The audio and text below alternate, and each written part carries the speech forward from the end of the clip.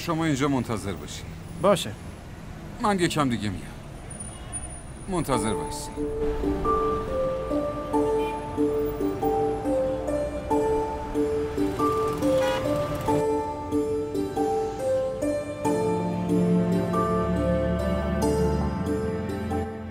ببخشید برادر، یه لحظه. این ماشین مشکی چند قیمتش؟ 3,400,000. 3,400,000؟ بله. یه لحظه. سهامت 50% بالا رفته. 100,000 تاشو بفروش. فقط 100,000 تا؟ فعلا همینو میفروشم. زود بفروش و پولو بفرست به اسم نمایشگاهتون چیه؟ کاملی. بفرست به نمایشگاه کاملی.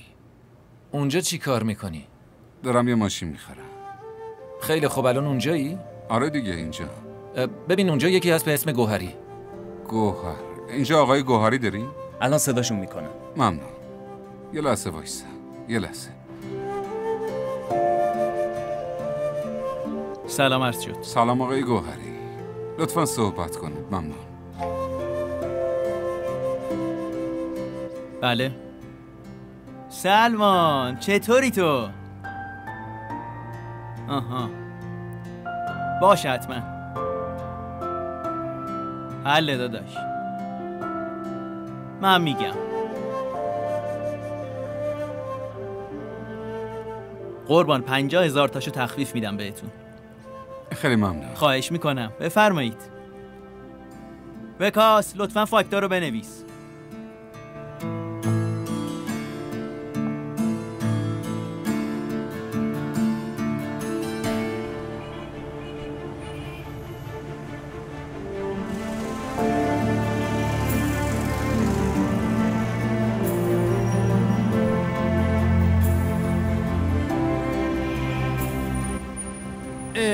آقا دانیال این ماشین کیه؟ ماشین من آقا جمیل، همین الان خریدم.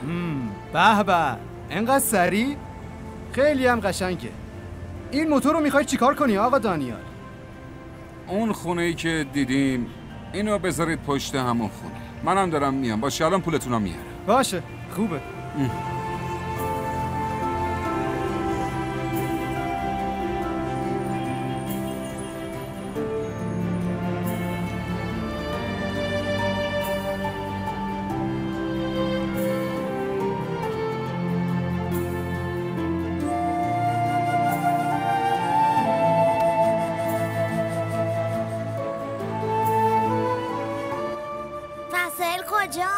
وسایلتون ماشینه. کدوم ماشین؟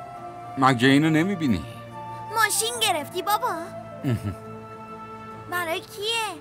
برای تو. شوخیه باحالیه. شوخی نمیکنم. این ماشین تو عزیزم. جدی؟ آره؟ خوبه نه؟ خیلی خوبه. بشین.